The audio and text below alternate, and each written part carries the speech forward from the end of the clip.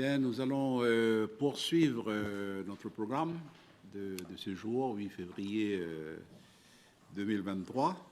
Donc, en gardant à l'esprit le souvenir de nos anciens. Voilà, je pense que leur esprit va flotter au-dessus de nous, là, pendant toute cet après-midi. Donc, bienvenue encore à tous. Et puis, peut-être avant de passer la parole à Thierry Santa et ensuite à Michael Forest, je vais vous demander d'observer une minute de silence, voilà, pour nos 9 pionniers et puis l'ensemble des élus du 8 février 1953. Donc on va observer une minute de silence. Voilà.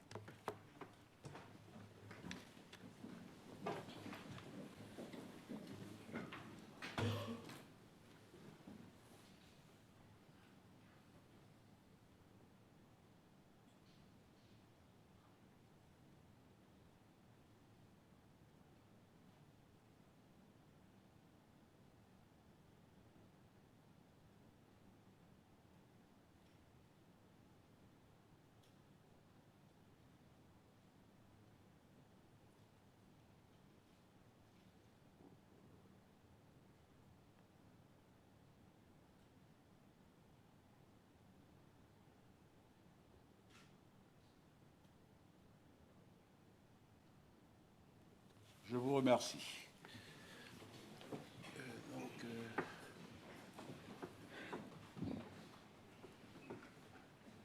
Bon, si vous souhaitez prendre la parole, hein, il suffit de,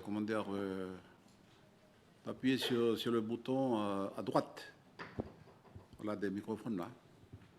Ceux qui souhaitent prendre la parole, évidemment. Mais après, n'oubliez pas d'éteindre. Parce que sinon, celui ou celle qui va parler après vous, il ne peut pas prendre la parole.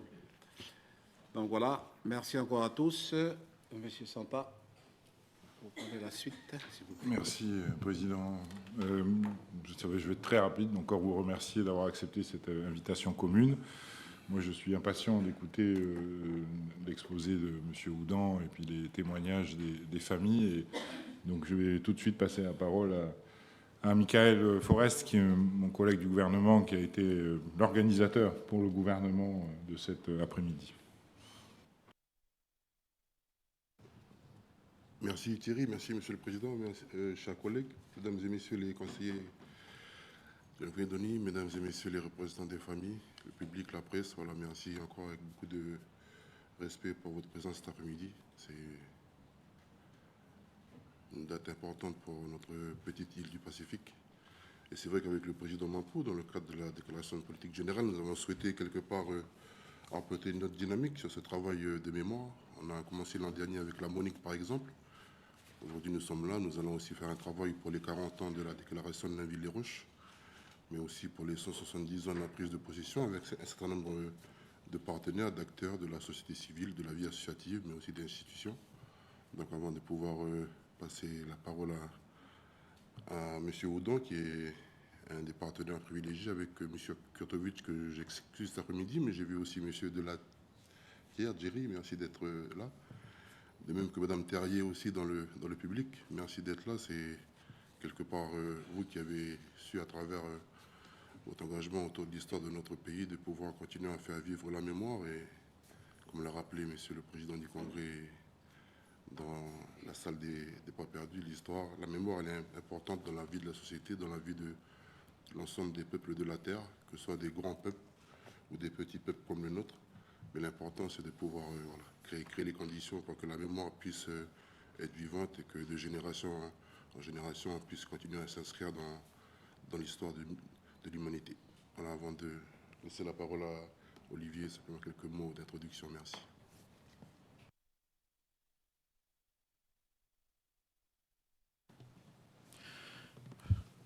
Bien, mesdames, mesdemoiselles, messieurs, bonjour. Je m'appelle Olivier Houdan et j'essaye de comprendre ce qu'a été l'histoire de notre pays depuis la fin de la Seconde Guerre mondiale. Ma période privilégiée, c'est l'histoire du mouvement d'Union calédonienne entre 1953 et 1977, c'est-à-dire entre l'entrée des premier mélanésien au Conseil général de la Nouvelle-Calédonie, la constitution des listes de l'Union calédonienne, et jusqu'en 1977, donc jusqu'aux motions sur l'indépendance du pays défendues par le même parti politique. Et dans cet espace de 25 ans, entre 1953 et 1977, beaucoup de choses se sont passées, et c'est sur ces évolutions-là que je travaille depuis maintenant une vingtaine d'années. Je voudrais remercier le membre du gouvernement qui a eu l'initiative d'organiser cette discussion. Je voudrais remercier Monsieur le Président du Congrès qui nous accueille en ses murs. Et puis surtout, je voudrais remercier les familles qui ont accepté l'invitation qui leur a été faite de participer à cette discussion, dont j'espère que l'on va pouvoir entendre de leur bouche, d'une certaine manière, le souvenir et la marque qui a été celle de leurs aïeux, de leurs ascendants, il y a 70 ans. Parmi elles, des fils et des filles, des petits-fils et des petites-filles, et puis le temps passant, des arrière-petits-fils et des arrière-petites-filles. Je voudrais donc saluer leur présence ici, et j'ai hâte de les entendre aussi. Lorsqu'il s'est agi de préparer cette petite intervention, donc nous étions avec M. Kurtovic, dont j'excuse ici l'absence pour des raisons personnelles, mais une grande partie des travaux dont je me suis inspiré sont le fruit de sa thèse d'histoire sur l'évolution politique de la Calédonie pendant la Seconde Guerre mondiale, la présence américaine, la création du Parti communiste calédonien, celle des deux associations confessionnelles mélanésiennes, et puis l'élection de 1953, qui est le terme de sa thèse.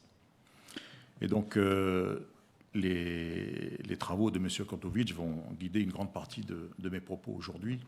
Je l'associe bien volontiers à tout cela. Alors, rappelons le contexte. Remontons quelques années auparavant, en 1951. Le 1er juillet 1951 a lieu en Nouvelle-Calédonie le renouvellement du siège de députés de la Nouvelle-Calédonie et des Nouvelles-Hébrides, puisqu'à l'époque, les Européens des Nouvelles-Hébrides votent dans la même circonscription électorale que celle de la Nouvelle-Calédonie. Ce siège est occupé par M. Roger Jarvolino, qui a participé à toute la mise en place du nouveau gouvernement de la République française à l'issue de la Seconde Guerre mondiale et qui a assisté à tous les travaux depuis la commission consultative d'Alger en 1943 jusqu'à son élection en 1945 au moment de la constituante sur la constitution de la 4e République. M. Roger Jarvolino est donc le député sortant de la Nouvelle-Calédonie. Au cours de cette élection se présente également M. Maurice Lenormand, qui est un jeune pharmacien. Il a 38 ans et il s'est installé en Calédonie à l'issue de la Seconde Guerre mondiale avec son épouse, Mme Simone Wapacha Souch, qui fait partie du clan Wanyamala, l'un des 7 piliers de la grande chefferie du Lossi. Et à ce titre, M. Lenormand jouit d'une certaine aura, d'un certain respect auprès des notabilités coutumières des îles Loyauté. Il a appris la langue djéou pendant ses études à l'Institut des études des langues orientales à Paris pendant la guerre. Il apprend petit à petit à compulser un certain nombre de connaissances auprès de l'oncle de son épouse, le vieux Noja Wanyamala. Et puis, il a accumulé un certain nombre de connaissances sur l'histoire des chefferies de Lifou. Il est pharmacien, il s'intéresse à la pharmacopée mélanésienne, etc. Et c'est donc le candidat tout trouvé pour les responsables des 2 associations confessionnelles mélanésiennes, créées en 1947.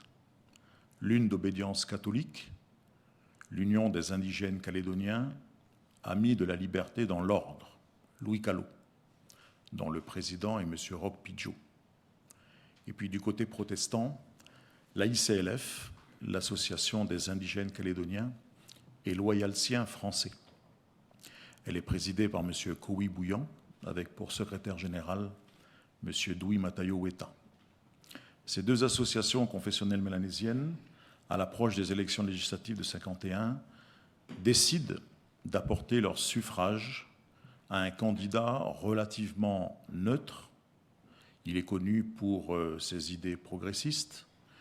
Il ne souffre pas de maintenir un statut commercial, politique. Il est relativement ouvert à un certain nombre d'idées nouvelles. Si on avait à se référer à la carrière des sénateurs romains pendant le Second Empire, on dirait que c'est un homo novus, un homme neuf. Et cet homme neuf, il est choisi par ces deux associations confessionnelles pour être d'une certaine manière le porte-parole des doléances des Mélanésiens et des notabilités coutumières représentées dans ces deux associations. En effet, depuis leur création en 1947, et malgré le fait que dans leur statut elles soient politiques, eh bien, elles ne voient pas beaucoup de changements très concrets en termes d'évolution sur leur propre sol, dans leur chefferie. Et donc c'est pour ça qu'elles décident de se choisir un guide, d'une certaine manière, pour accompagner l'évolution politique qui a commencé depuis 1946. Donc le Normand est candidat. Troisième autre candidat en 1951, M. Florindo Palladini, le champion des idées de progrès social, et puis quelqu'un qui s'appelle Paul Métadier, qui est directement parachuté par le Parti du peuple français du général de Gaulle. Gervolino, qui participe à la Seconde Guerre mondiale et qui combat à Bir Hakeim, est un gaulliste de la première heure. Et le cœur gaulliste des Calédoniens, imaginez-vous bien, il est coupé en deux en 1951, entre Paul Métadier, directement parrainé par le général, et puis Roger Gervolino, calédonien gaulliste de la première heure. Lorsqu'on fait l'addition au soir du scrutin des voix de Métadier et des voix de Gervolino, il n'y avait aucun souci pour que le candidat gaulliste l'emporte haut la main. C'est donc la division du camp gaulliste qui permet d'une certaine manière l'élection et la victoire de Maurice Lenormand. Entre 1951 et 1953, un certain nombre de choses vont avoir lieu, et 10 jours après l'élection de 1951, figurez-vous qu'une pétition circule en Nouvelle-Calédonie qui demande la mise en place du double collège. Et pendant les 2 années qui nous séparent de l'élection de 1953, le statut calédonien est entièrement motivé par la résolution de cette histoire de corps électoral. Qui participe, qui vote, qui élit et qui sera représenté à l'Assemblée délibérante de la Nouvelle-Calédonie. Cette Assemblée délibérante de la Nouvelle-Calédonie, c'est le Conseil général. Il a été créé en 1885. Il sera suivi à partir de 1957 par l'Assemblée territoriale, puis le Congrès du territoire dans les années 80, et enfin la mouture que l'on connaît aujourd'hui, c'est-à-dire le Congrès de la Nouvelle-Calédonie. Elle prend des délibérations, ce Conseil général qui intéresse la vie pratique des Calédoniens dans tous les sens du terme, le logement, l'enseignement, les routes, les travaux, les ports, l'adduction d'eau, etc., etc. Et entre 1951 et 1953, toute la vie politique locale est suspendue à la résolution de cette histoire de double collège. Qu'est-ce que c'est que le double collège? C'est l'idée que les électeurs et les électrices européens auront leurs propres représentants élus par eux, et puis que les électeurs et les électrices autochtones, comme on dit à l'époque, pour reprendre les termes que l'on voit dans un certain nombre de documents officiels, etc., eh bien, auront eux aussi, en étant inscrits sur les listes électorales, eh bien, leurs représentants dans une assemblée délibérante. Et puis ensuite, ces élus européens et ces élus mélanésiens eh bien, se retrouvent ensemble au Conseil général. Voilà le double collège. Et ce double collège, il va être battu en brèche, attaqué par Maurice Lenormand en personne, qui ne comprend pas d'une certaine manière, lui qui a été élu quasiment par 80% des voix mélanésiennes qui se sont exprimées sur son nom le 1er juillet 1951, que l'on puisse faire perdurer une sorte de... Le terme de ségrégation est certainement beaucoup trop fort, mais de division dans l'électorat. La Constitution de la 4e République a également mis en place une assemblée qui s'appelle l'Assemblée d'Union française, dans laquelle sont représentés tous des élus de l'ensemble de l'outre-mer français. C'est une sorte d'accompagnement, petit à petit, de la nécessaire évolution des populations autochtones de l'empire colonial qui continue encore d'exister, qui a encore des permanences extrêmement fortes. Et dans cette Assemblée d'Union française, on se fait fort de faire l'Union française, c'est-à-dire l'alliance, le nouveau regard porté sur les relations humaines d'abord et politiques ensuite, entre les colonies et puis la métropole.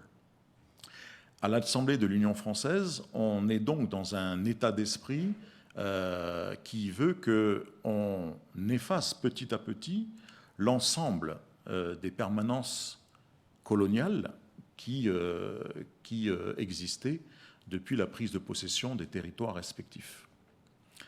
Dans cette constitution de la 4e République, elle s'adosse aussi sur un certain nombre de mesures de liberté, de franchise, qui ont été validées par la Constitution et qui sont inspirées par des textes internationaux.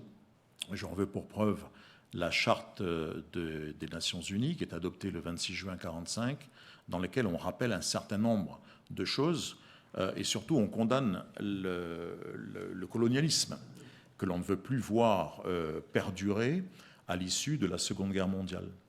Cette constitution et puis les esprits de l'époque s'inspirent également du programme du Conseil national de la résistance.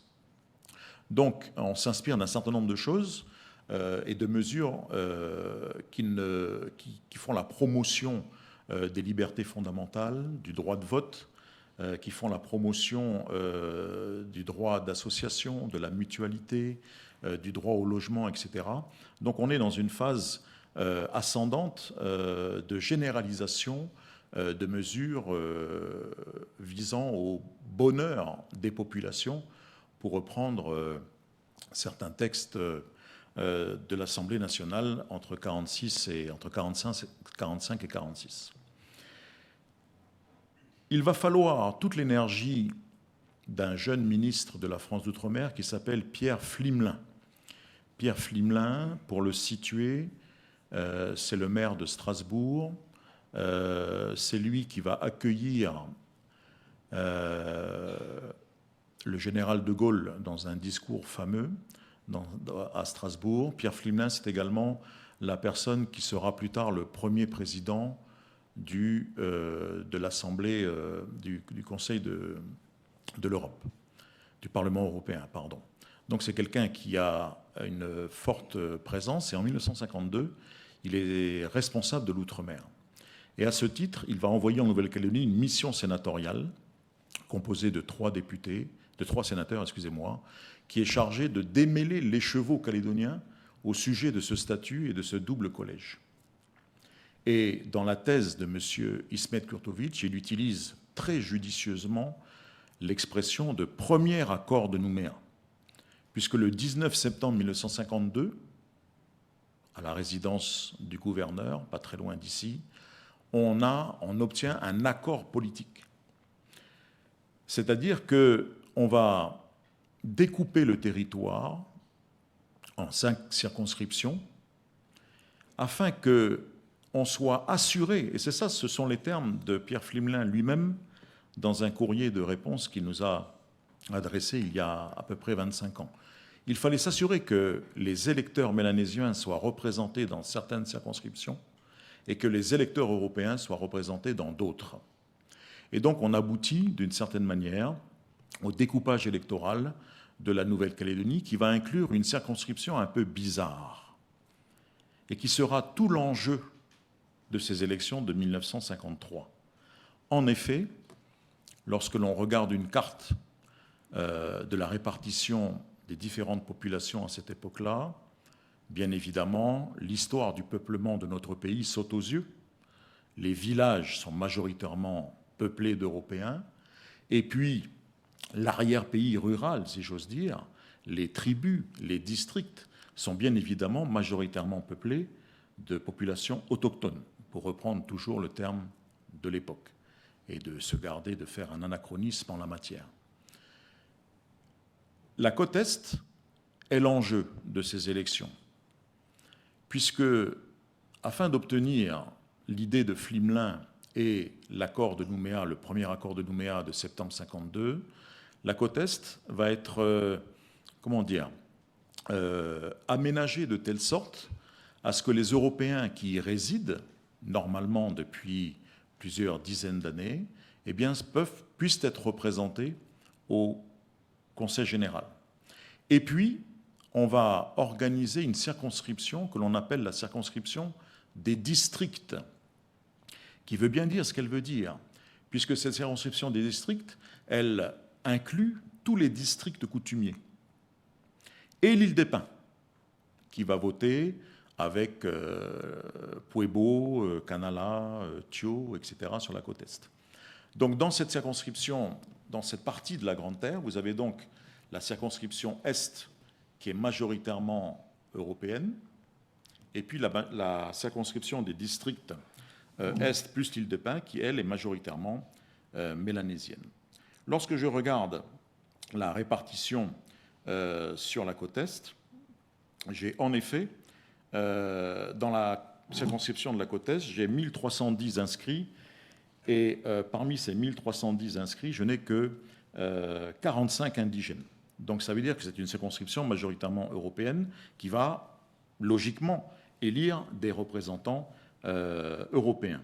Et puis dans la circonscription des districts Est plus l'île des Pins, là les inscrits sont au nombre de 3900, et puis, à contrario, j'ai 21 Européens seulement. Ça veut dire que le découpage électoral obéit à la volonté de la mission sénatoriale, les termes du premier accord de Nouméa, et puis, d'une certaine manière, les directives à peine voilées du ministre de la France d'Outre-mer, M. Pierre Flimelin. Pour incarner désormais cette répartition des Européens et des Mélanésiens, et pour faire en sorte qu'ils soient tous représentés dans cette assemblée délibérante, eh bien, Pierre Bergès, dont M. Géry de Latière a rappelé tout à l'heure le glorieux passé, eh bien, va rencontrer Maurice Lenormand, et ensemble, ils vont s'entendre pour créer des listes d'union calédonienne. Alors, on pourrait dire beaucoup de choses sur la dénomination de ces listes. Elles ne font pas véritablement référence à la toute première loge maçonnique en Calédonie qui s'appelait l'Union calédonienne. Elles ne font pas référence immédiatement à un chant qui était entonné dans les années 20 et qui s'appelait l'Union calédonienne. Elles font plutôt référence à une sorte de transposition de ce qui se passe au niveau de l'Union française en Nouvelle-Calédonie. En tout cas, c'est comme ça que Lenormand le présente. Et donc, ces listes d'union calédonienne, elles ont une sorte de devoir moral, eh bien, de permettre la représentation mélanésienne et la représentation européenne ensemble, sur une même liste. Elles s'opposent à la liste d'union qui est dirigée à Nouméa par M. Maurice Bichon, et puis qui est dirigée également par Henri Bonneau. Cette liste d'union, on y retrouve, pour faire simple, mais sans être simpliste, l'ensemble de ceux qui ont la mainmise sur le pouvoir économique et commercial de la Nouvelle-Calédonie. On retrouve donc des représentants des grandes maisons de commerce, des principaux importateurs, qui ont d'une certaine manière leurs représentants à l'Assemblée délibérante de la Nouvelle-Calédonie. Et puis on a, à l'occasion de ces élections de 1953, des petites listes, comme la liste d'action calédonienne, alors pour ne pas vous dire de bêtises. Donc, on a une liste au niveau européen des indépendants de la côte ouest. On a par exemple également des indépendants de la côte est, et puis on a deux listes particulièrement remuantes, si j'ose dire, surtout quand on lit leur communiqué ou leur propagande électorale. Ces deux listes, c'est l'Action républicaine, démocratique et sociale. Si j'ose dire, c'est un peu les cégétistes de l'époque. Hein, c'est ceux qui font venir pour le 1er mai, à grands frais parfois, du muguet par avion pour être sûr de pouvoir placer sur leur veston en allant au travail le muguet du 1er mai. Hein. Ces candidats, ce sont ceux que l'on retrouve dans l'Internationale du Pacifique, hein, qui sont les champions des idées socialistes, voire plus. Et puis on a une autre liste, notamment à Nouméa, d'Action calédonienne et de Solidarité française, qui, à lire sa composition, rassemble plutôt tous ceux qui étaient les partisans du double collège. Au total, 60 candidats vont se présenter pour les 25 postes du Conseil général. À cette époque-là, le Conseil général, sachez qu'il n'y a pas de rémunération pour les élus. Il y a 2 types d'indemnités, une indemnité de déplacement au-delà de 10 km du chef-lieu, et puis une indemnité de panier, comme on dirait, pour l'hébergement et la restauration pendant les 2 sessions qu'elle organise chaque année, la session administrative d'abord, puis la 2e session, dite aussi la session budgétaire, qui va voter le budget de la Nouvelle-Calédonie. Ce Conseil général, il est également alimenté et dirigé, en dehors des 2 sessions dont je viens de vous parler, par une commission permanente qui est composée de 3 membres et qui a une délégation de pouvoir relativement étendue dans l'intermède des 2 sessions du Conseil général. Cette commission permanente, pour faire rapidement, elle contrôle mensuellement, j'ai bien dit mensuellement, l'exécution du budget et l'utilisation des crédits. Elle présente aussi un rapport sur l'ensemble de ses travaux à l'ouverture de chaque session ordinaire. Donc voilà un peu comment fonctionne le Conseil général. Pour l'élection de 53, on a 5 circonscriptions. La circonscription de Nouméa, qu'on appelle la circonscription du Sud, qui est la plus nombreuse, avec 7300 inscrits. Elle va envoyer au Conseil général 9 élus. Ensuite, on a la circonscription de la côte ouest, où l'on retrouve 7 élus pour 17 candidats. Les 2 circonscriptions de la côte est dont on a parlé tout à l'heure, 6 élus au total, et puis la circonscription des îles Loyauté, dans laquelle on a une opposition aux listes d'Union calédonienne. En effet, dans les termes du premier accord de Nouméa, le grand chef Vincent Bouquet n'est pas tout à fait d'accord avec le fait d'amoindrir la représentation mélanésienne. Pour lui, il faut appliquer le suffrage universel entier et total, et puis s'adosser sur les résultats de l'élection, même s'ils sont défavorables à l'une ou l'autre de la représentation des 2 principales communautés. Et M. Vincent Bouquet va donc s'allier à M. Raymond Rouloué et puis le grand chef Henri Nesline pour mettre en place aux îles Loyauté une liste indépendante et libre des îles Loyauté. C'est sa dénomination. Donc voilà l'ensemble des forces en présence. Au soir du scrutin, du 8 février 1953, eh bien, l'Union calédonienne fait le plein dans 3 circonscriptions, celle de la côte est, dite des districts est et de l'île des Pins, celle de la côte ouest et enfin celle des îles Loyauté. Pour la circonscription de la côte ouest, c'était la seule à avoir à la fois des candidats européens et des candidats autochtones, ensemble sur une même liste, puisque la liste des districts Est et l'île des Pins est entièrement composée de 4 personnes, dans les personnes de Roch Pidgeot, de Matteo Aripuindi, peut-être Mathieu aussi, puisque j'ai vu que dans les journaux, c'est soit Matteo, soit Mathieu, peut-être que la famille pourra nous en dire plus, M. Dwi Matayo Weta, et enfin M. Koui Bouillon. Et puis aux îles Loyauté, c'est aussi une liste calédonienne qui l'emporte, avec M. James Eweng, M. Michel Kaouma et Luther Enoka. Notons que dans le scrutin, aux îles Loyauté, c'est pour vous montrer la fidélité de l'électorat, puisque avec le système de panachage qui est mis en place, figurez-vous que l'on peut rayer un nom sur une liste et puis en choisir un autre sur une autre liste. L'idée, c'est qu'on peut ainsi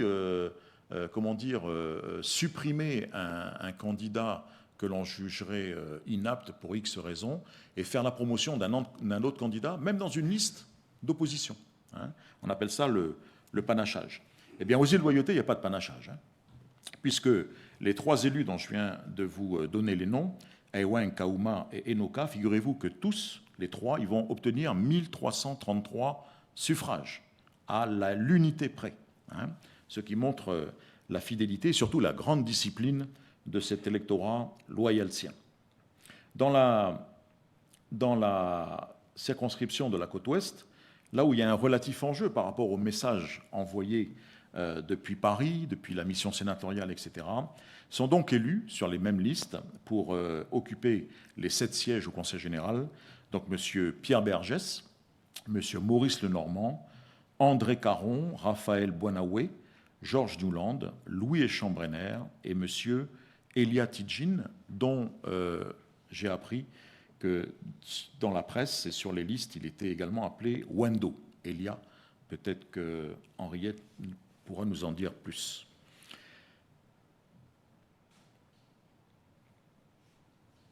Dès le lendemain de l'élection, donc le lundi 9 février, eh bien, on a une analyse relativement intéressante de la part d'un journaliste de la France australe. Il signe sous les initiales de GV, sans en dire plus. Et son article s'intitule « Après un scrutin ». Et en fait, il nous donne toutes les clés de la réussite des listes d'Union calédonienne.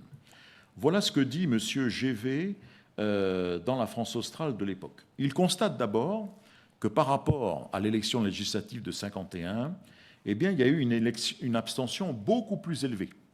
Comme si que l'enjeu de la représentation territoriale des représentants calédoniens, quelle que soit leur communauté d'appartenance, eh bien, avait une moindre importance que la représentation à la députation.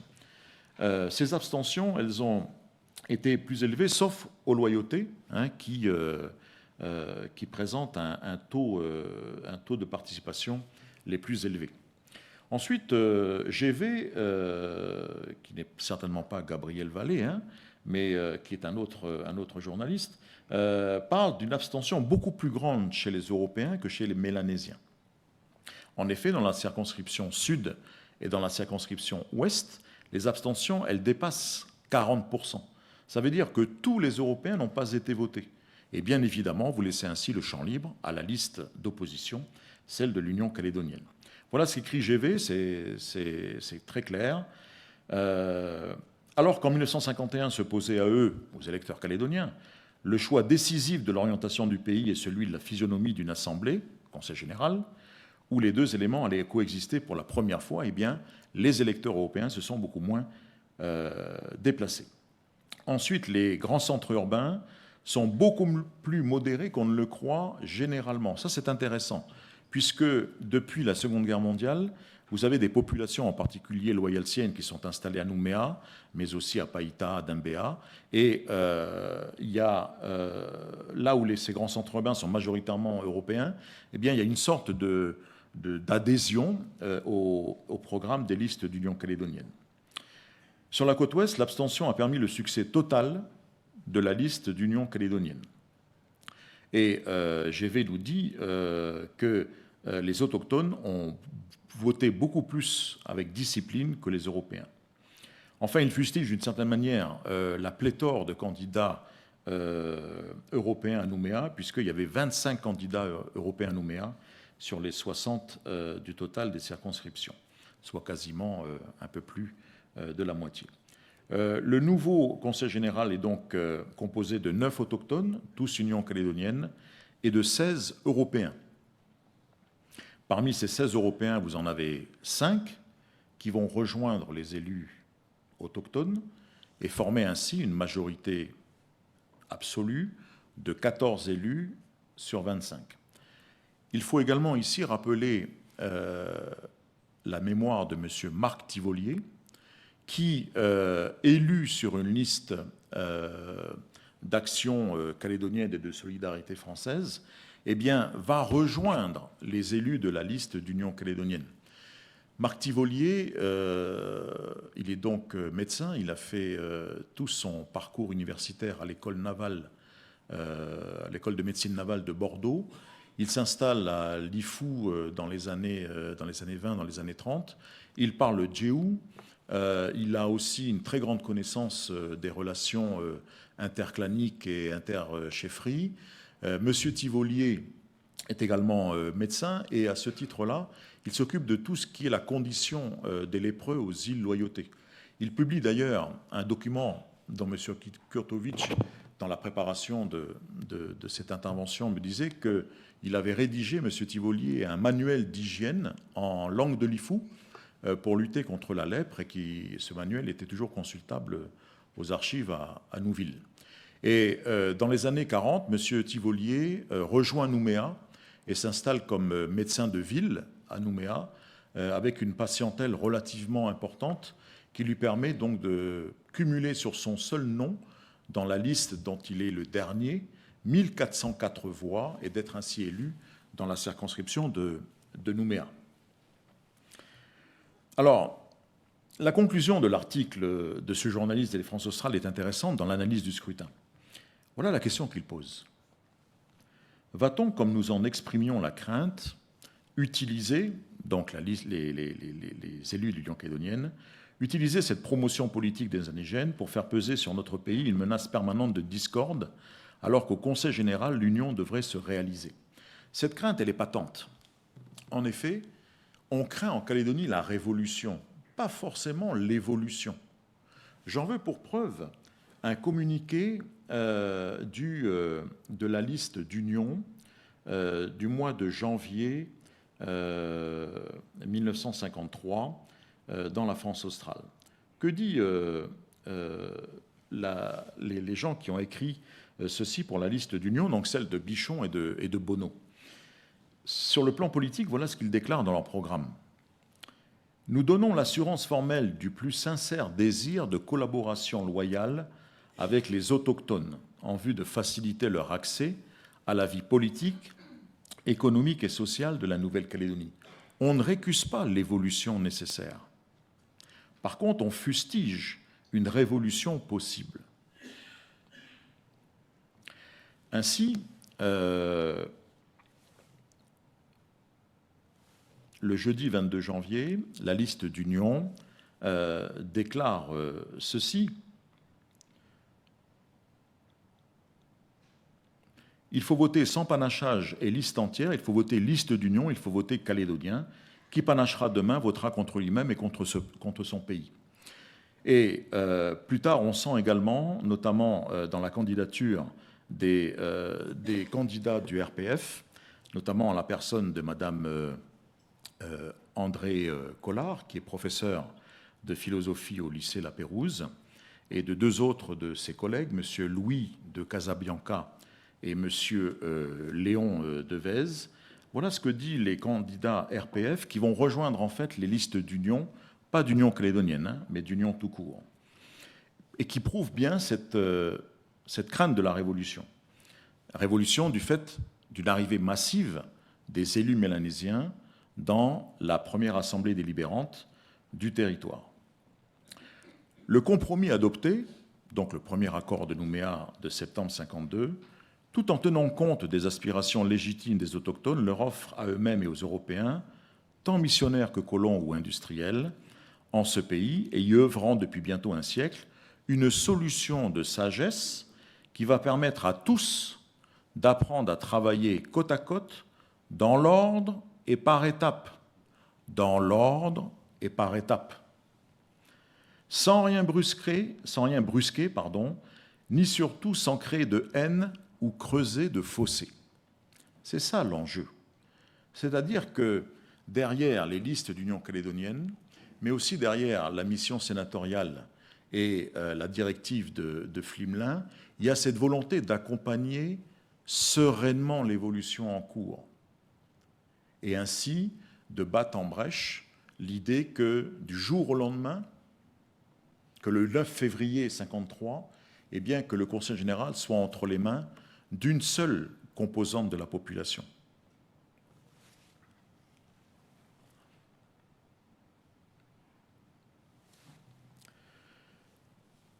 L'autre temps fort de cette période, c'est le 26 février 1953. Nous sommes un jeudi, la salle est bondée du Conseil général. Les chroniqueurs de l'époque, qui alimentent les feuilles de chou ou les journaux à la parution irrégulière, se font fort de dénoter qu'on n'a jamais assisté à un public aussi nombreux au Conseil général. Bien évidemment, la population de Nouméa en particulier, mais aussi des communes alentours et de celles qui est venue des communes beaucoup plus lointaines, se fait fort d'assister à cette séance inaugurale. La rumeur nouméenne a fait circuler l'idée que les premiers Kanaks élus, ils allaient arriver en bagaillou et pieds nus. Ce n'est bien évidemment pas le cas, puisque tous les élus mélanésiens arrivent en costume 3 pièces, chaussures vernis aux pieds, costume cravate. Lors de cette séance inaugurale, tous les élus sont représentés, bien évidemment, et puis on va procéder à l'élection du premier bureau de la mandature. Ce bureau qui est élu régulièrement tous les ans. Et ce bureau de ce Conseil général nouvelle mouture, il est donc présidé par M. Pierre Bergès, qui va totaliser 16 voix, donc l'ensemble des élus d'Union calédonienne, et puis 2 autres voix, certainement déjà celle de M. Tivolier, et peut-être celle d'Émile de Ruel sur la liste indépendante de la côte Est. Son vice-président sera Maurice Lenormand, avec 15 voix, et 2 secrétaires élus au premier tour, André Caron, des listes d'Union calédonienne, et Roch Pidgeot au second tour. Donc voilà la composition du bureau du Conseil général le 26 février 1953. Pierre Bergès, président, Lenormand, vice-président, Caron et Pidgeot, secrétaire.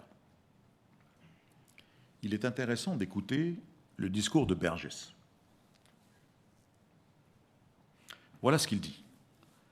Nous estimons que notre œuvre serait vouée à un échec certain si l'on ne plaçait pas au poste administratif essentiel, dont la compétence professionnelle, le dévouement à l'intérêt général et le souci de collaborer avec la première assemblée, des élus mélanésiens et des élus européens.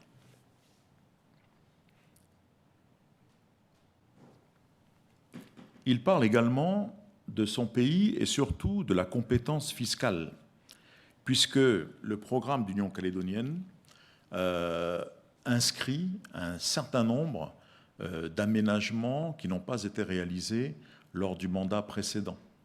Certaines communes de la côte ouest sont encore dépourvues de ponts et c'est souvent les bacs qui l'emportent. Il faut construire des écoles, il faut construire des radiers, il faut construire de l'adduction d'eau, etc.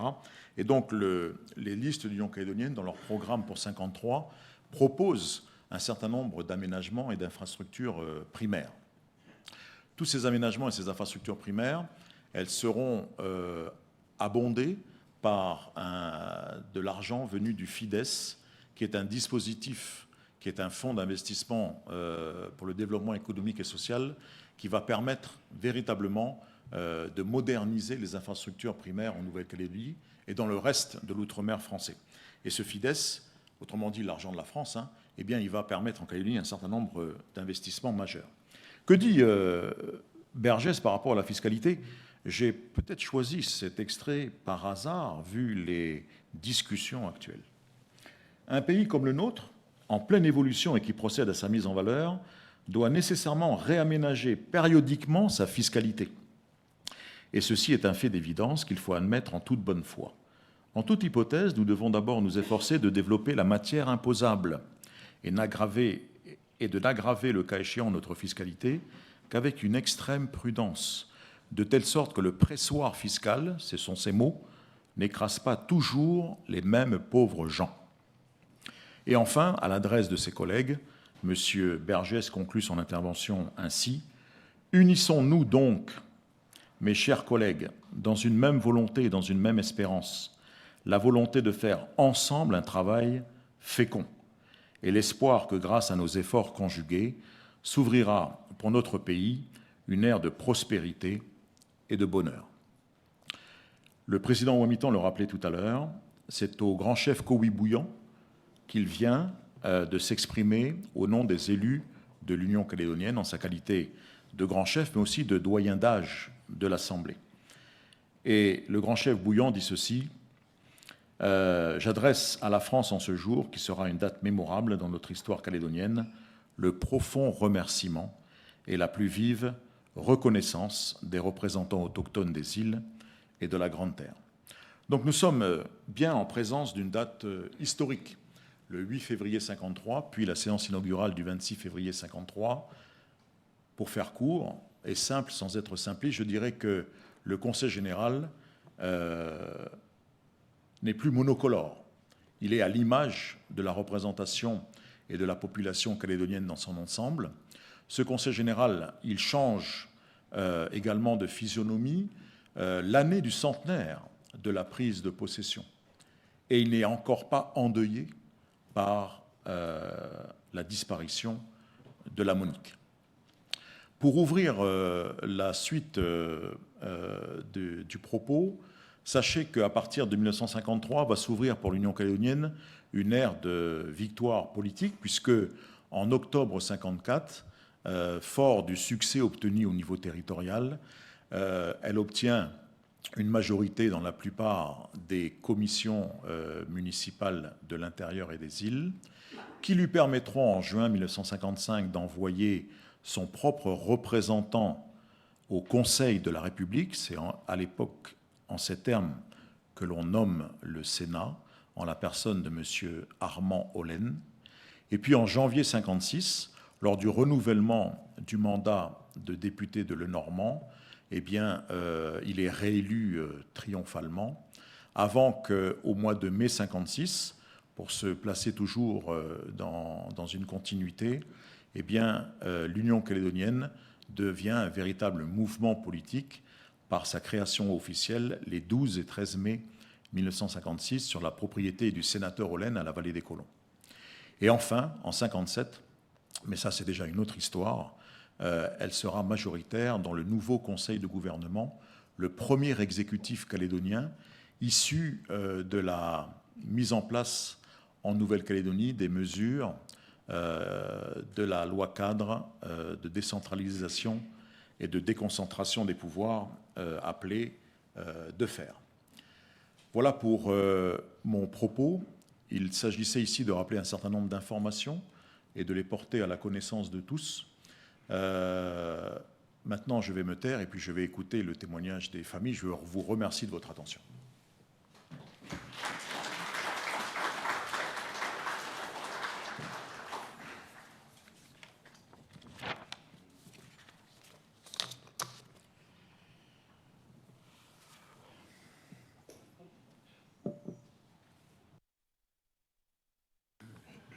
Merci M. Audon pour ce rappel historique, notamment sur le contexte de l'époque, après la fin de la Seconde Guerre mondiale, et les différents péripéties qu'ils ont dû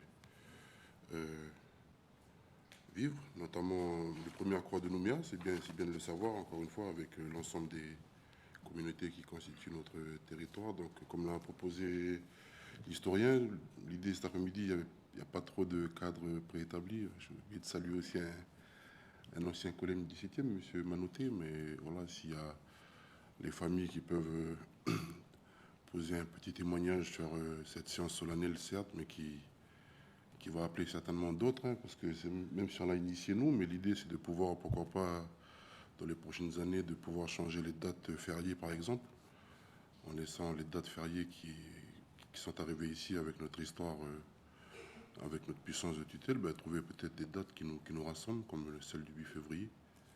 65 ans après le premier droit de vote des premiers colons de l'époque, en 1953, il y avait les premiers élus du pays sur les différentes circonscriptions qui ont été rappelées par M. Audon, et puis les différentes étapes, notamment les différents discours d'investiture du président Vergès, qui reprend quelque part toute l'essence dans le préambule de l'accord de Nouméa, c'est-à-dire qu'il y a eu certes un passé noir avec beaucoup de difficultés à l'époque coloniale, mais l'important aujourd'hui en tant qu'hommes et femmes de ce pays, c'est de voir comment on puisse continuer cheminer ensemble demain et après-demain sur un horizon nouveau. Donc je vais passer la parole s'il y a des familles qui veulent témoigner quelque chose sur les anciens, mais aussi sur leur présence cet après-midi. Encore une fois, c'est une première démarche qui sera amenée à être renouvelée. Mais voilà, la parole, elle est libre.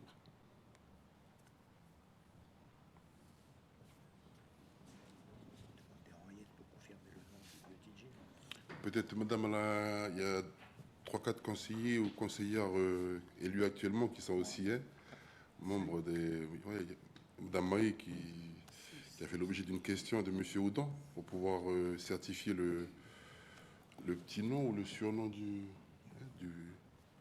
vieux Elia. Puis comme ça, vous allez commencer, puis permettre aussi à chacun après de pouvoir partager un petit moment. Merci.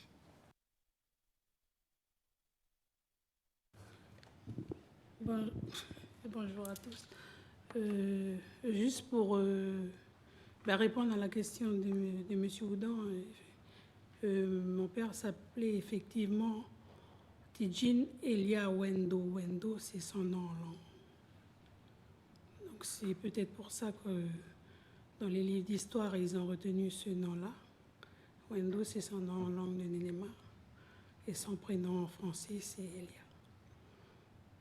Et lui, il était pasteur de l'Église évangélique de Nouvelle-Calédonie, actuellement EPKNC. Et il est né en 1912. Il a connu le régime de l'indigénat et son engagement politique. Il nous l'a transmis. C'est principalement plus de justice sociale et d'équité, et surtout le droit du peuple indigène à l'époque, mais les droits des Kanaks, parce que le peuple indigène, c'est le peuple Kanak. Donc c'était surtout ça, puisque c'était mes parents en particulier ont vécu ce côté-là, ce côté sombre de l'histoire de ce pays. Nous, on a grandi avec, dans nos foyers, cette histoire où le peuple kanak n'avait accès à rien. À un moment, il fallait laisser passer, il fallait payer l'impôt de capitation, il ne pouvaient pas accéder à l'instruction. Ils étaient obligés d'aller dans les écoles confessionnelles pour pouvoir s'instruire. Et c'est l'engagement de mon père, c'est porté à ce moment-là, ça a débuté comme ça, il voulait accéder à l'instruction. Donc à l'âge de 12 ans, il a rejoint l'école de Doneva avec les missionnaires pour pouvoir accéder à l'instruction. Et c'est de là qu'a débuté son engagement et ses convictions politiques. C'est auprès des missionnaires de Doneva, qui ont après créé toutes les obédiences là, qui ont été créées pour défendre la liberté et surtout les droits du peuple indigène. Merci.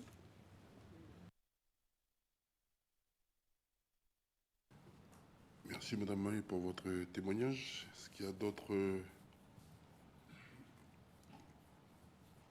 membres de la famille, même s'il y a des conseillères ou des conseillers qui sont présents aussi cet après-midi, s'il y a des questions à M. Oudan, s'il y a simplement un petit partage.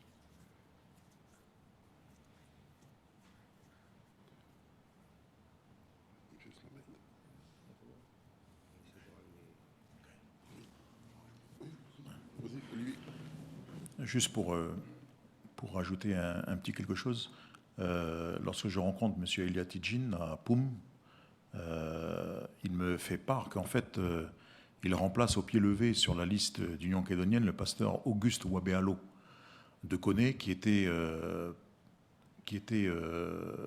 avait été choisi pour être sur la liste. Et le pasteur Wabéalo s'est désisté, et au dernier moment, c'est M. Tidjine qui l'a remplacé. Voilà, juste pour mettre les choses aussi dans l'ordre.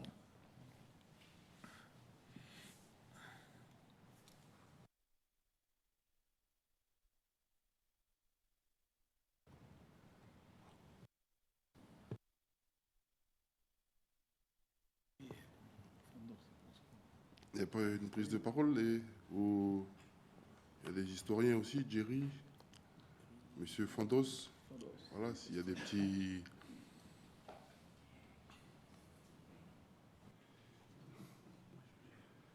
Christiane aussi, Madame Terrier, si vous souhaitez. Je voulais simplement ajouter quelque chose, peut-être au propos d'Olivier. C'est que cette irruption des Kanaks dans la vie politique, bien sûr, comme il l'a précisé, va s'accentuer.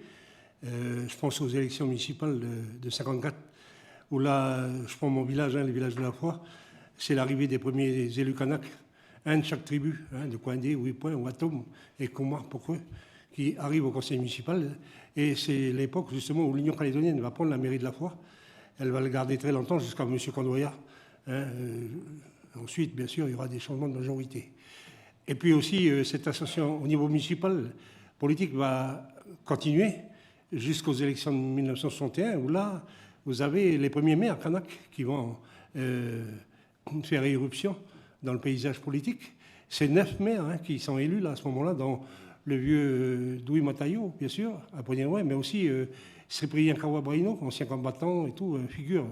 Voilà, c'est ces gens-là qui ont formé les premières listes, d'abord de Lucalo et AICLF, dans les tribus comme Grand Coulis, où les gens étaient protestants, et ensuite qui vont former les premières sections de base de l'Union calédonienne dans cette région. Donc c'est pour dire qu'à partir du 8 février 1953, date mémorable, date à retenir, l'investissement, l'arrivée des Kanaks dans la vie politique, dans la vie publique calédonienne, va s'amplifier au fil des élections qui viennent ensuite.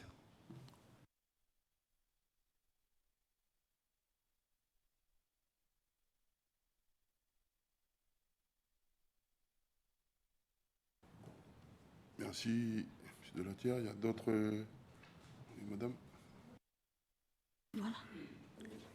Bon, alors, bonjour tout le monde. Moi, je suis la petite fille du grand chef Kowi Bouillant, par rapport à ma maman, parce que c'est sa fille. Là, déjà, je suis très émue, là, aujourd'hui, parce que j'en apprends beaucoup. Parce qu'à l'époque, j'avais quoi, 12, 13, 14 ans. Et toujours, quand il nous parlait, il nous disait, il faut avancer, il faut avancer. Il ne faut pas que le petit Kanak il reste comme ça, quoi. Mais quand je dis Kanak, pardon, c'est Kanak avec un C à l'époque.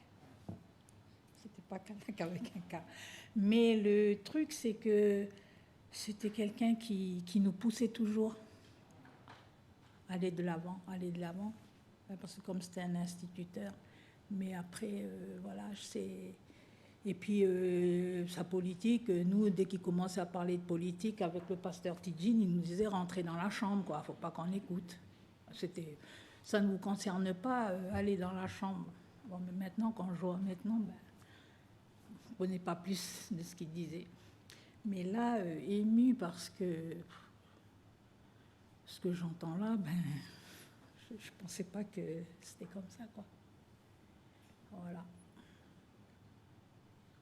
Tout ce que je peux dire sur mon grand-père.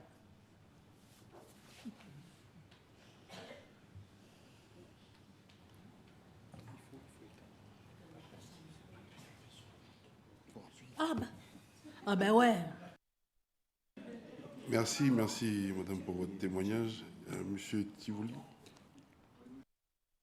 Je voudrais juste dire un mot à propos des Européens progressistes qui ont pris la main des Mélanésiens, qui les ont accompagnés et qui, pour parler au nom de mon grand-père, je vous remercie pour ce voyage dans le temps. 70 ans, moi j'étais pas né, donc j'ai juste des souvenirs d'adolescence sur ce qu'il a pu me dire. Mais en tout cas, dans les îles, il parlait donc Lifou, il accompagnait le monde mélanésien dans la santé. Il avait comme principale préoccupation l'hygiène globale. Et je pense que c'est toujours une préoccupation actuelle. Et donc, il faut pas oublier tous ces Européens progressistes qui sont venus et qui sont restés pour vivre avec le monde mélanésien. je veux dire, il ne faut pas qu'on se sente non plus exclu. Et je trouvais que le discours de M. Santa était tout à fait juste. Et l'époque de l'Union calédonienne, le début des premiers discours, il y avait vraiment cet équilibre entre faire avancer le monde mélanésien dans le monde moderne et en même temps accompagner les nouveaux venus dans la Calédonie. Donc il y avait quand même un message de fraternité. C'est vraiment ce qu'il faut retenir et ce qu'il faut essayer de garder pour l'avenir, quoi, si on se projette dans l'avenir. En tout cas, merci pour ce voyage dans le passé. Et j'espère qu'on va construire un avenir lumineux.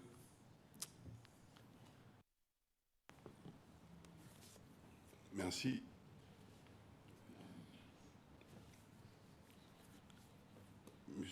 Monsieur Ewing, merci. Bonjour tout le monde. Moi, je suis le fils de James Ewing, l'un des premiers conseillers territoriaux. Et en fait, si on regarde bien les gens qui ont été choisis, surtout sur les îles, ce ne sont que des notables. Parce que mon père était petit chef de d'une tribu à Lifou. Et en fait, il est rentré en politique par rapport à M. Lenormand, parce que c'est son beau-frère. C'est pour ça que mon père est rentré en politique, à l'UC. Sauf que, au fil des années, au fil des années, il est ressorti de l'UC parce que le Normand, excusez-moi du terme, mais le Normand, dans le temps, voudrait déjà l'indépendance de la Nouvelle-Calédonie. Et avec M. Pidgeot et les autres élus, ils lui ont dit que ce n'était pas le moment.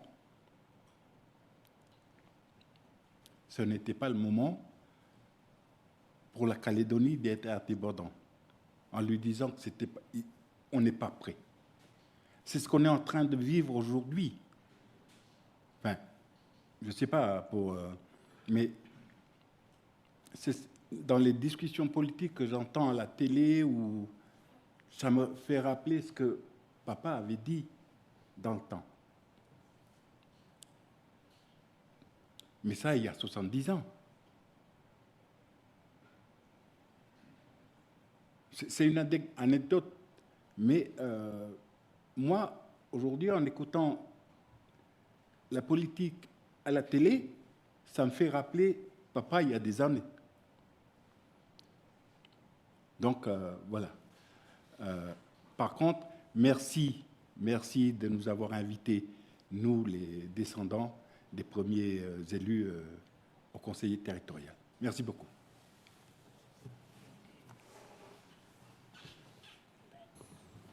Merci.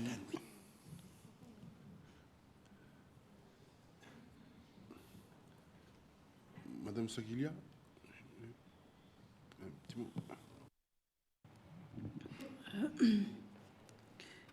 Bonjour à ceux que je n'ai pas salués.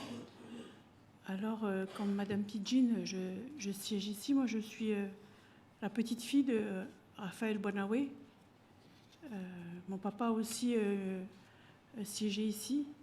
Et je connais plus l'institution par son intermédiaire que l'histoire de mon grand-père.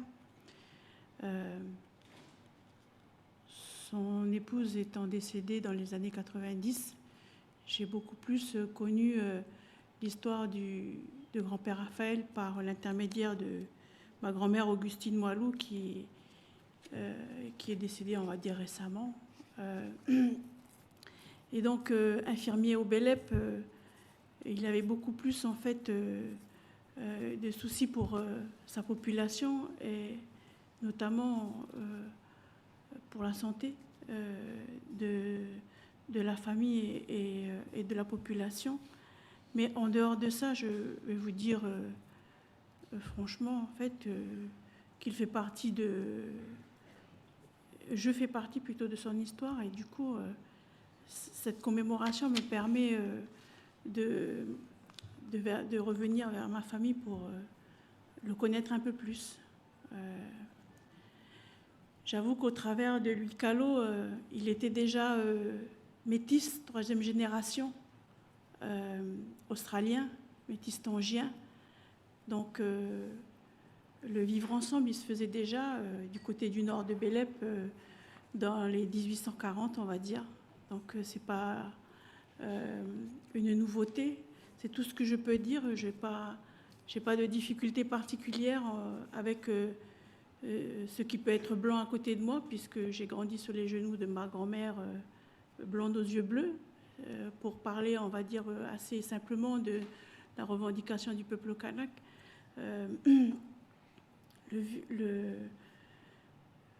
La seule chose que je peux retenir, c'est qu'il ne fallait pas qu'on oublie qui on est et d'où on vient, et surtout les traditions. Donc, aujourd'hui, je suis dans cet hémicycle, mais en fait, c'est un combat qui fait partie de moi. Donc, je parle de lui comme si je peux parler de moi. Je ne peux pas dire plus en dehors du fait que je suis le flambeau qui continue. Merci.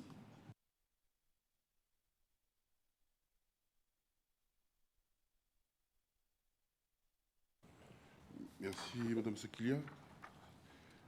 D'accord, les familles, il y a aussi les collègues. Madame la représentante du haut-commissaire, si vous voulez dire un petit mot. Mesdames et messieurs les conseillères, les conseillers, Monsieur Djaïoué,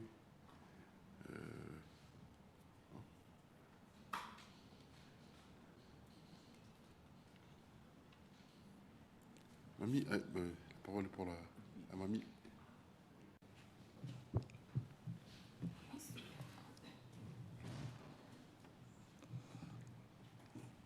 Je vais juste dire un petit mot.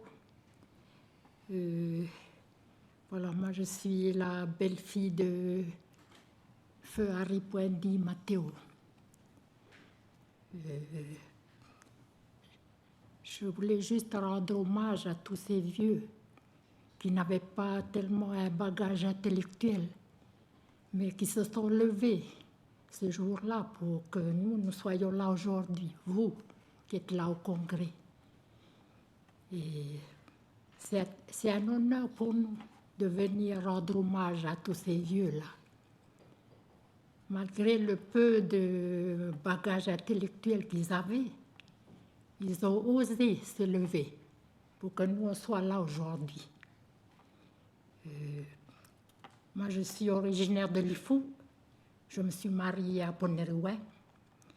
À Lifou, j'étais déjà dans l'UC. Et je suis tombée sur une famille qui était dans l'UC. Et mon beau-père, il a su allier le côté religieux avec la politique.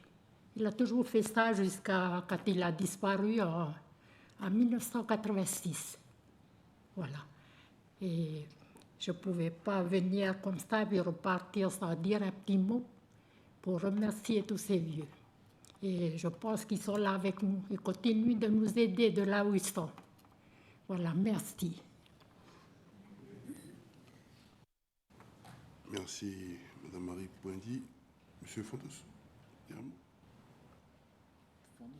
ou quelqu'un d'autre? Jerry.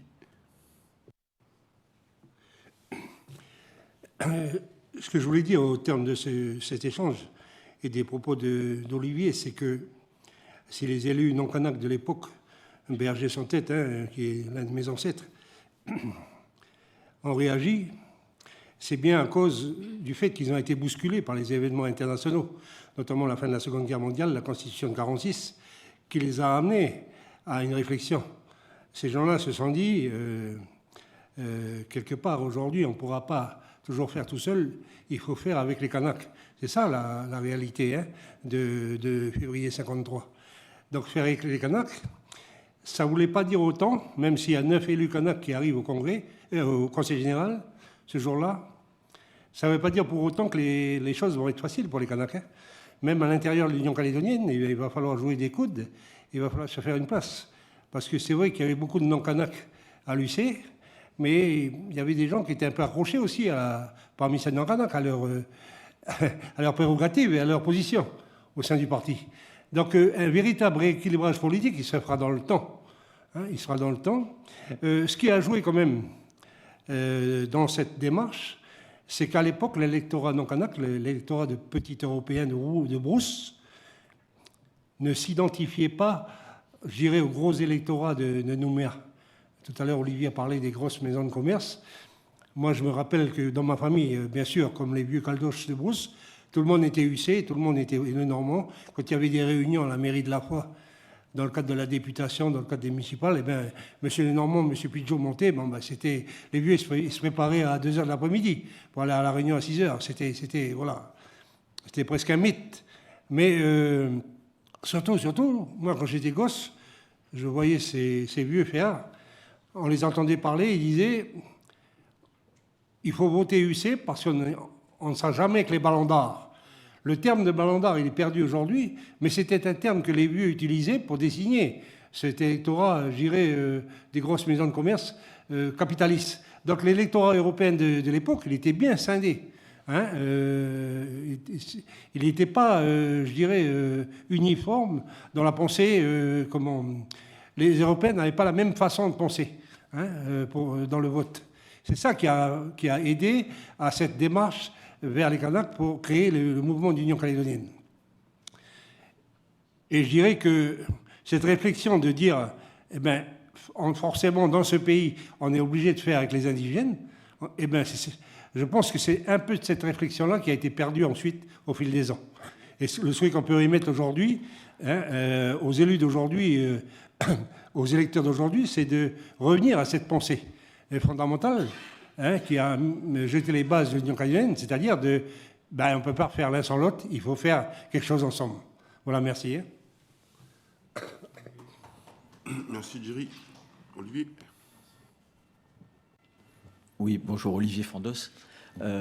Simplement, pour compléter un peu, pour rebondir sur ce que dit Jerry, c'est vraiment, il faut se mettre dans le contexte de l'époque, c'est vraiment intéressant, parce que les Européens des villages de brousse se rendent compte finalement qu'ils ont les mêmes problématiques que les Kanaks. Il manque des problèmes de route, les adductions d'eau, l'électricité, les dispensaires. Je veux dire, la vie est difficile en brousse. Or, les élus, la majorité des grandes maisons de commerce pensent essentiellement à développer Nouméa. On est dans une vision très nouméenne des choses. Et la brousse se sent oubliée. Et donc, effectivement, les intérêts convergent à ce moment-là. Et c'est le slogan justement de ces élections, c'est colons et autochtones, unissez-vous. Et simplement une autre chose qui est quand même qu'il faut vraiment qu'on n'oublie pas, c'est que ces 9 premiers élus Kanaks sont élus dans un corps électoral où il y a encore une partie des Kanaks qui n'a pas le droit de vote. Le corps électoral s'ouvre pour les Kanaks en 1946, mais le suffrage universel n'aura lieu qu'en 1957. Donc là, on est 4 ans avant encore. Il y a encore une partie. En fait, il y a ceux qui votent, c'est ceux qui savent lire, écrire, ou qui travaillent depuis plus de 3 ans. Enfin, qui ont un travail, quoi, on va dire. Ou qui savent lire et écrire. Et donc, voilà, on a encore une partie. On a encore pas mal de gens qui n'ont pas le droit de vote. Donc, c'était les 2 petits points. Mais cette idée vraiment que les broussards, on va dire, finalement, subissent aussi une vie difficile dans ces villages-là. Et qu'ils se disent, finalement, voilà, nos frères d'à côté, on est dans le même bateau, quoi. Et c'était intéressant, cette période, parce qu'il y avait l'émergence, finalement, d'un peuple commun. Voilà. Merci, M. Fandos. Y a-t-il d'autres prises de parole? Il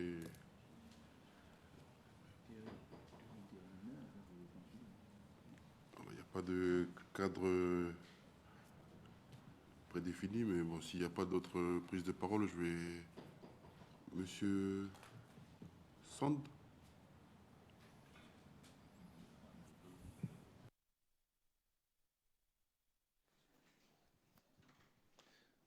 Bonjour, merci pour l'initiative.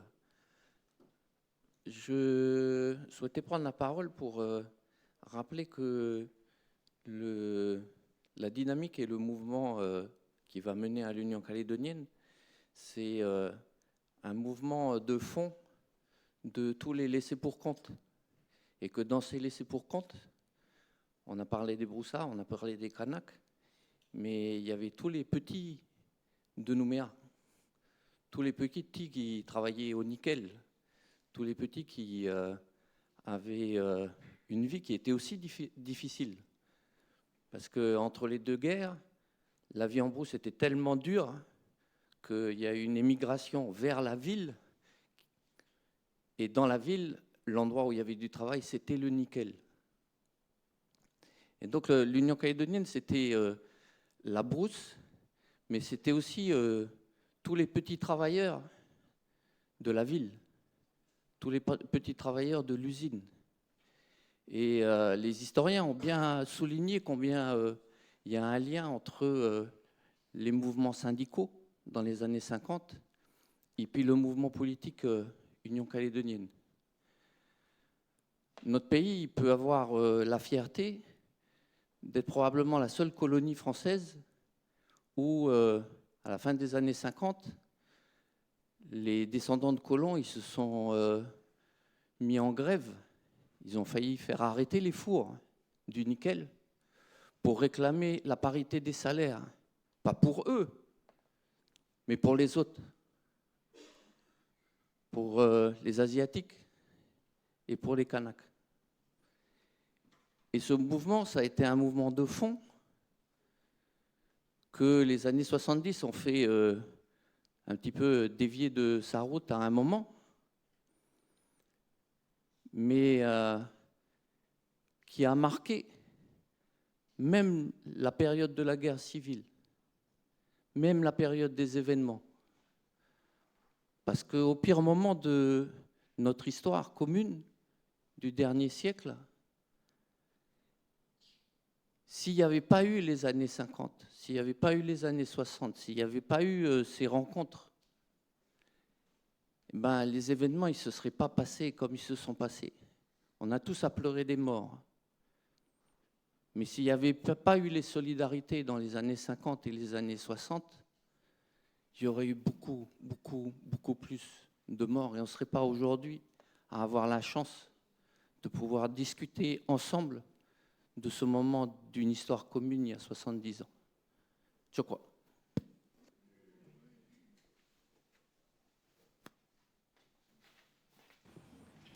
Merci Christophe.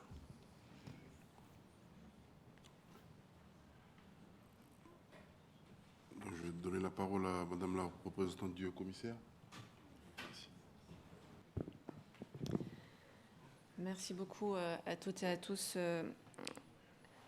D'abord, vous faire part de toute mon émotion et remercier Monsieur le Président de l'organisation de cette séance qui témoigne à bien des égards de l'importance d'entendre les témoignages, de ne pas occulter l'histoire.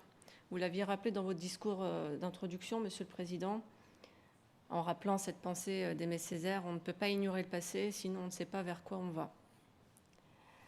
Nécessairement, et de manière très objective, moi je retiens qu'avec l'exemple même de l'élection de ces premiers élus mélanésiens, que tout est possible.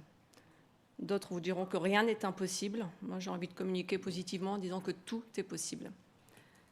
Donc que ces temps forts puissent nous aider, tous, sans exception, à écrire la suite pour cette belle terre lumineuse qu'est la Nouvelle-Calédonie. Merci. Merci Madame. Donc à mon tour, je vais, au nom des collègues qui sont là, mais aussi du président et de la vice-présidente, vous remercier d'avoir pu vous libérer cet après-midi, le public, la presse, les familles. Voilà, c'est une première. Certainement que l'an prochain, on va essayer de rebondir ensemble sous une forme qu'on va définir d'un commun accord avec l'ensemble des partis. Remercier aussi l'administration qui a bien voulu préparer notre séance solennelle de cet après-midi et voilà, vous rappelez quelque part notre ambition. Hein. On a encore une fois affirmé dans notre déclaration de politique générale, notamment sur ce travail de mémoire. On va continuer à travailler sur la Monique, qui est un petit peu comme les 70 ans qu'on célèbre aujourd'hui. Ça réveille beaucoup de souvenirs, mais ça donne aussi beaucoup de perspectives liées à plusieurs facettes de notre développement du pays, mais aussi sur d'autres dates clés. Hein. J'avais déjà cité tout à l'heure les 40 ans de Nainville-les-Roches, c'est au mois de juillet 2023, juillet 83. Voilà, c'est encore des dates importantes qui ont jalonné l'histoire de notre belle petite île du Pacifique. Et en tous les cas, avant de laisser le président clôturer, on va vous inviter aussi à prendre un petit thé, puis quelque chose à grignoter en bas avant de pouvoir se séparer. Et voilà, peut-être encore avec beaucoup d'humilité, une grosse pensée pour tous ces hommes. Hein. Il n'y avait pas encore la parité. La parité, elle est arrivée au début des années 2000, mais voilà, c'est un petit peu comme un ensemble de facettes qui ont jalonné l'histoire du pays, mais aussi l'histoire du monde. Et à travers l'histoire du monde, c'est aussi avoir une pensée pour tous les peuples qui souffrent encore dans toutes les parties du monde, avec les défis sur lesquels nous sommes toujours confrontés, comme les cyclones, comme la montée des eaux, comme les différentes facettes négatives qu'on peut constater par rapport aux effets de la mondialisation. Mais voilà, nous sommes aussi là pour essayer de continuer à avancer. Et encore une fois, tant que notre mémoire elle est vivante, tant que la parole elle est vivante, on pourra toujours voir demain et puis après-demain avec beaucoup de fierté, puis beaucoup de joie pour l'avenir. Voilà, merci.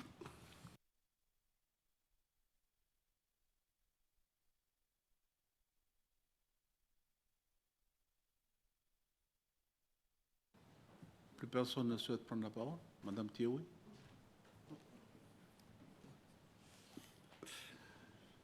Bon, ben, je vais conclure alors. Ça m'embête de conclure là, du coup. Non, parce qu'en fait, on aurait souhaité que les familles voilà, donnent un peu plus de témoignages par rapport à nos anciens là. Moi, quand j'ai préparé tout ça là, j'avais beaucoup d'émotions parce que ce sont tous ces vieux là que j'ai croisés dans mon enfance. Parce que moi, j'ai grandi comme à la chapelle de la Conception, j'ai mon grand-père, ma grand-mère maternelle. Là. Et bon, j'étais tout petit. En 53, j'avais quoi, à peine un an et demi ou 2 ans, un truc comme ça. Mais j'entendais toujours des mots voilà, quand ils se réunissaient là, notamment au niveau de Lucalo, voilà. Parce que souvent les rencontres se faisaient là, la chefferie de la Conception, après au niveau de l'Union calédonienne aussi. Et en fait, ce sont des mots qui ont bercé mon enfance. Et notamment le double collège. Tout petit, je me suis toujours posé la question, je n'ai jamais osé demander à mon grand-père, parce que ça là, il va me crier dessus. C'était quoi le double collège? Mais c'était quelque chose qui m'avait frappé, ça. C'est quoi le double collège, en fait? Donc, c'est bon, parce qu'il y a eu quelques explications qui ont été données là par M. Oudan. C'est important d'éclaircir tout ça. Bon, évidemment, après, j'ai su c'était quoi. Voilà. Au fur et à mesure qu'on grandit, après, on essaie de capter Non, de revenir sur ce qu'on a entendu tout petit. Je pense que c'est humain, ça. C'est propre à la personne. De revenir, de revisiter un peu ce que les senteurs, les sons, voilà, de ce qu'on entendait tout petit. Et tous ces vieux-là, ils ont tellement fait de choses. Hein. C'est pour ça qu'aujourd'hui, j'aurais bien aimé entendre un peu plus d'eux.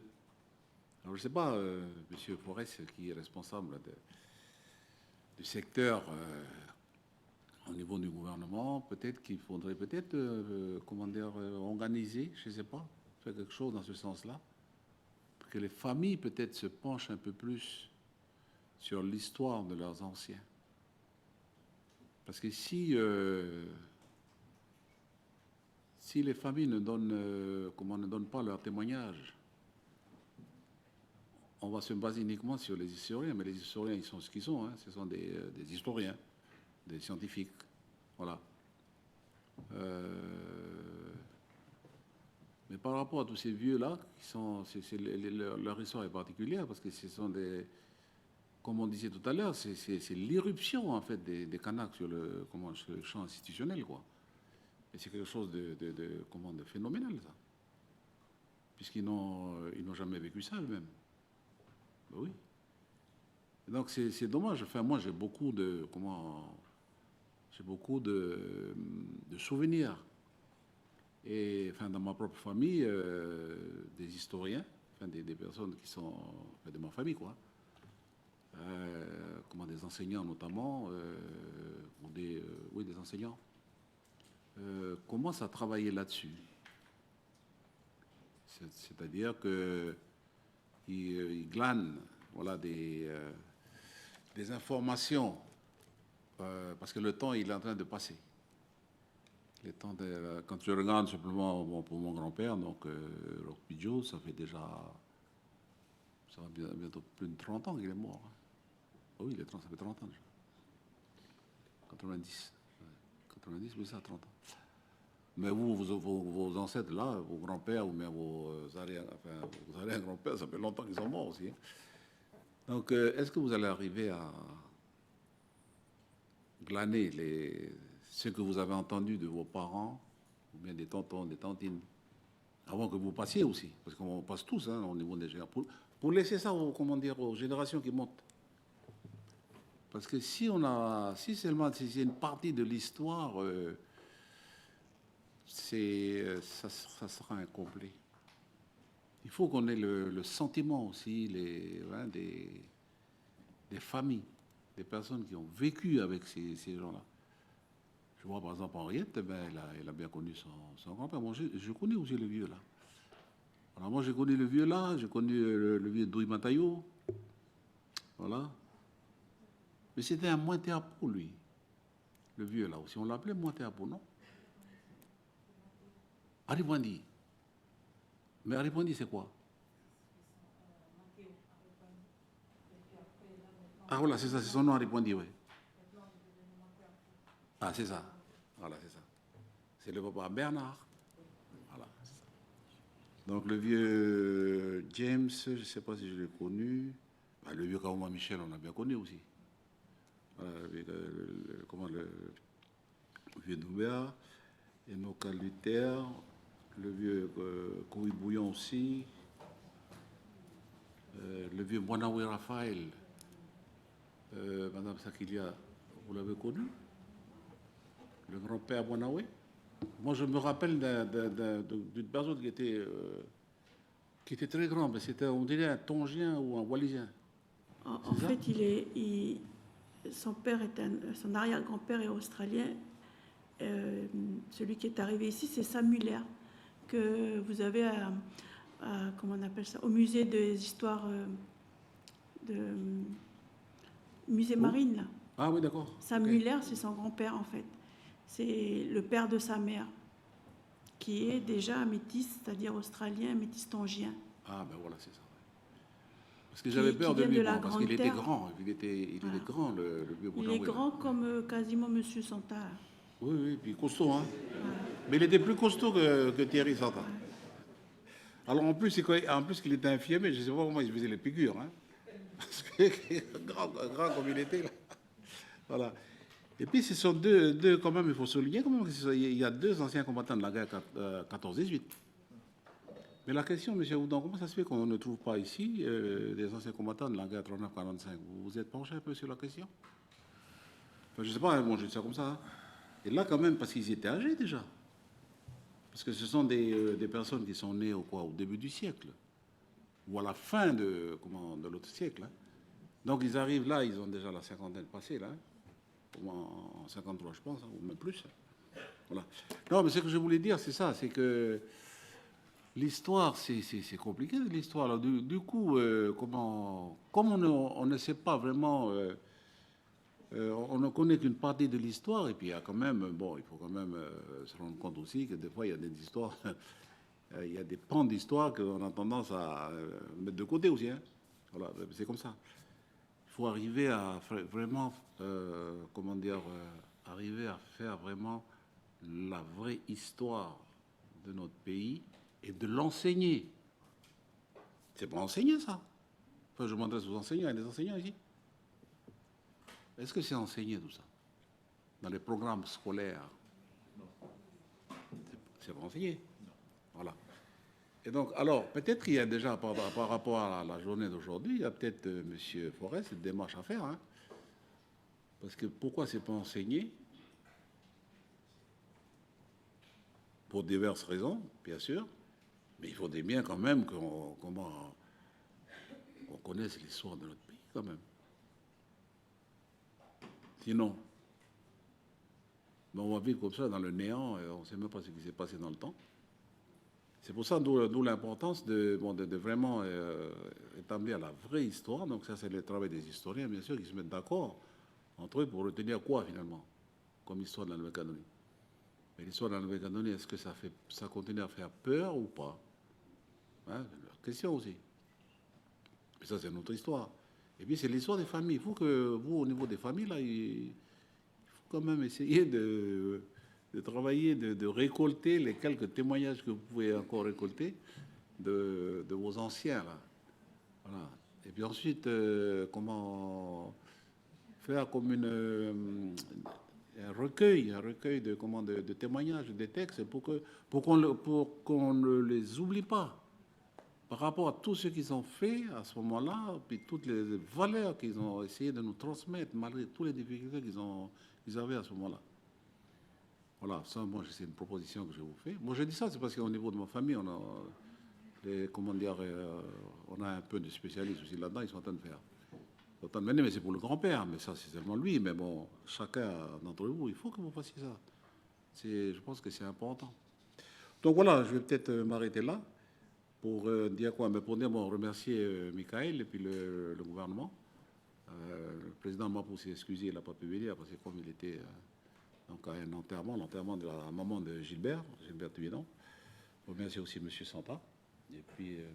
Digoué et puis tous les intervenants qui sont. Donc, vous avez donné vous avez fait une présentation aujourd'hui, quoi. Hein. M. Oudan et puis les autres, hein, ceux qui ont pu s'exprimer aujourd'hui.